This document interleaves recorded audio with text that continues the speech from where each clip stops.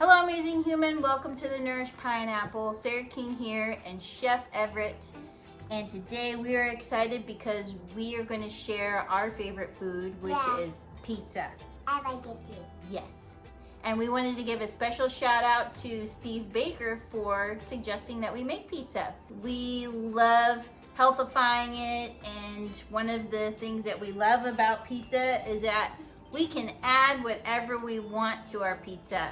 That means that we have control over the ingredients that we put in it. So we like to do pizza our way.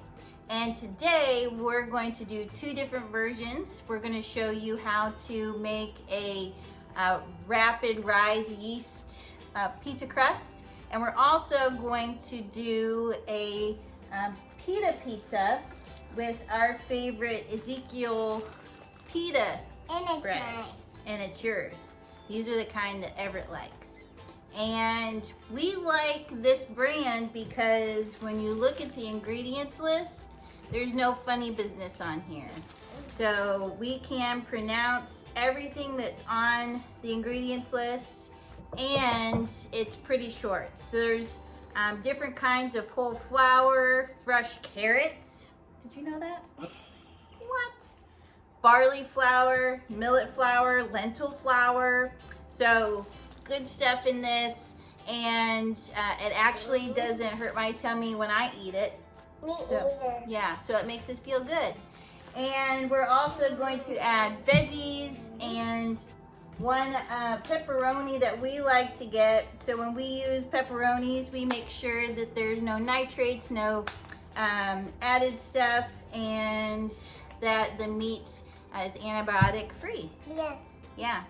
And it's tasty. That one is my favorite. That's your favorite. And he likes to taste test it before we put it on the pizza. And I like salami. He likes salami too. We discovered salami yesterday. Yeah. All right. So we're gonna get chopping, and then we will start making our crust.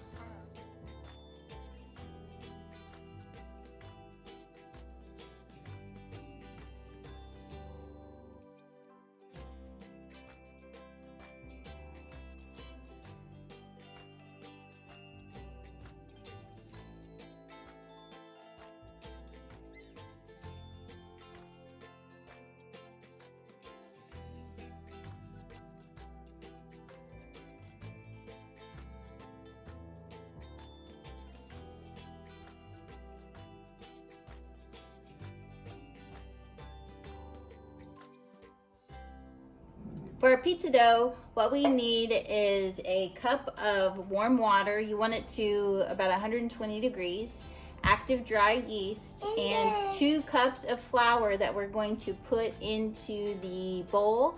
And then we're gonna need another half cup of flour to knead the dough and get it working and everything. And this.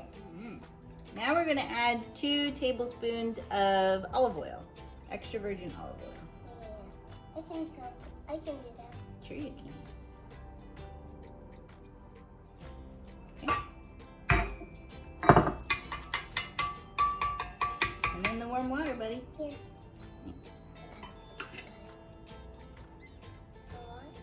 All of it, yeah. Okay. And now we're gonna mix it up. We're gonna let this turn into a dough and get all gooey. Look, Mama.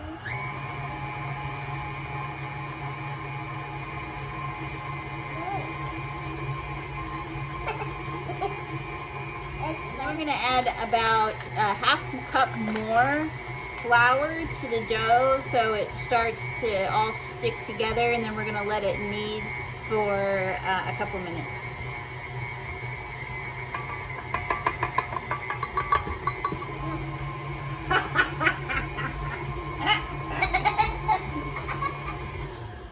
Very funny.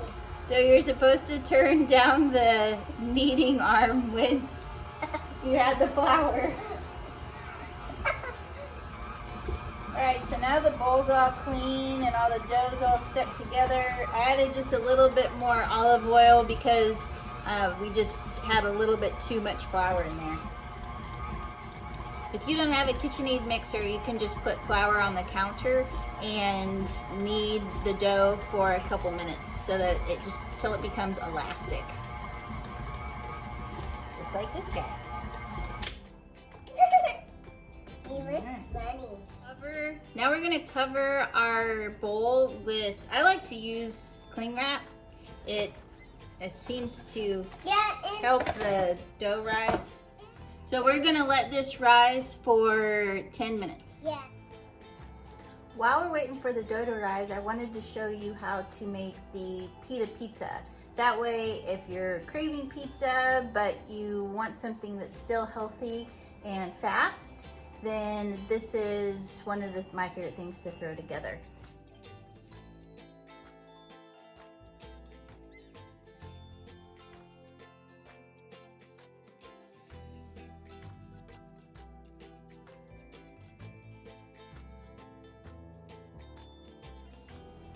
This is gonna be for Everett, and he just likes cheese and pepperoni, so we're gonna put this in the toaster oven for about 10 minutes, set to 400 degrees. I'm gonna check it at 8 minutes because sometimes it gets a little too hot.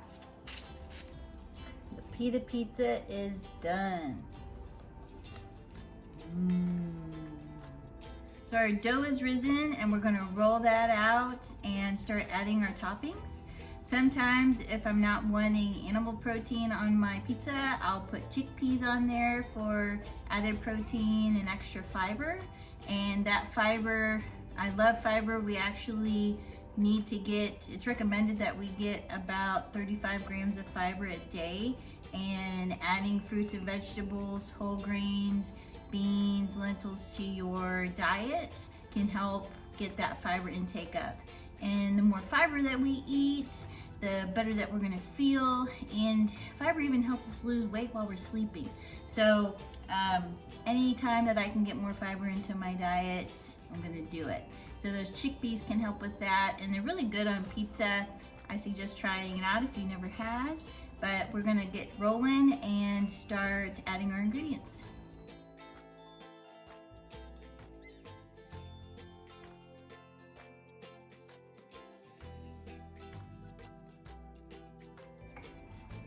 I put flour on everything that the dough is going to touch so it doesn't stick to it. So I do have a pizza peel here, and I have my oven preheated to 450 degrees with my pizza stone in the oven. If you don't have a pizza stone, then you can just put it on a cookie sheet.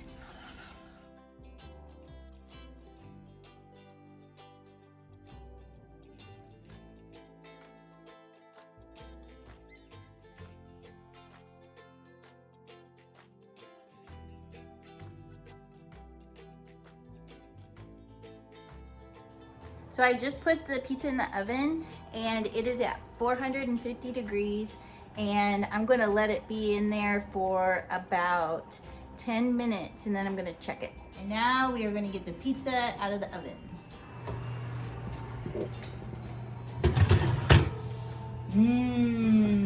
Okay, that smells good. It does. Pizza.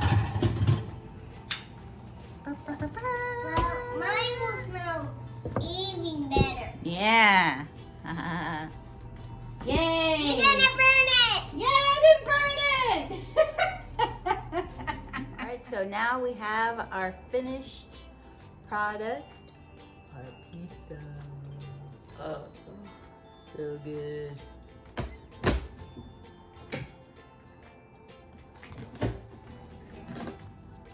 The corn flour is really good. It made a really good crust, and it's not too doughy, but it's just the right consistency. It's nice and crispy too.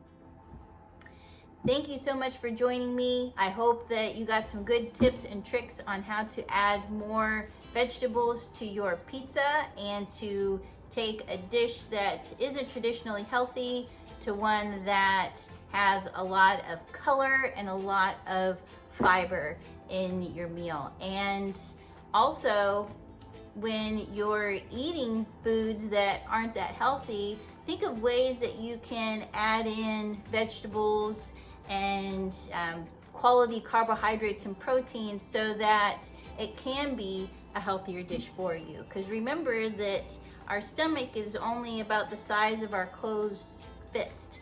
And that means that this is prime real estate down here. So when we're putting food in our body, we want to make sure that it is whole quality foods and that our meals are balanced with quality protein, carbohydrates, and fats. And so I have found in the past that I have eaten an entire meal and just craved more food. My body's like, I'm not getting the nutrients I need. You just ate junk and I need more. I need more nutrients and you need to feed me more. So when you find yourself having those cravings after you've just eaten and you feel hungry, think about listening to your body and hearing what it has to say, because your body will tell you when something's off. We just have to learn to listen and we have to learn to experiment. I have learned that by experimenting and listening to my body, where I've had skin conditions, I started getting acne on my face, or my skin was all itchy, and I found that I had a sensitivity to gluten and to dairy. Now that I have cut primarily most of the dairy out of my diet, I can have a little bit of it now, like some mozzarella cheese on pizza once a week, without getting itchy instantly on my chin. So I just encourage you to stop and listen to what your body is saying and to try to add one more vegetable or fruit to your meals this week, or do something small to whatever you're already doing to reach your health goals and to feel better. So thank you so much for joining me. Please click like, subscribe below if you like the video, and let me know if there are any dishes that you would like me to healthify for you. Thank you so much. Remember to stand tall, wear a crown, and be nourished.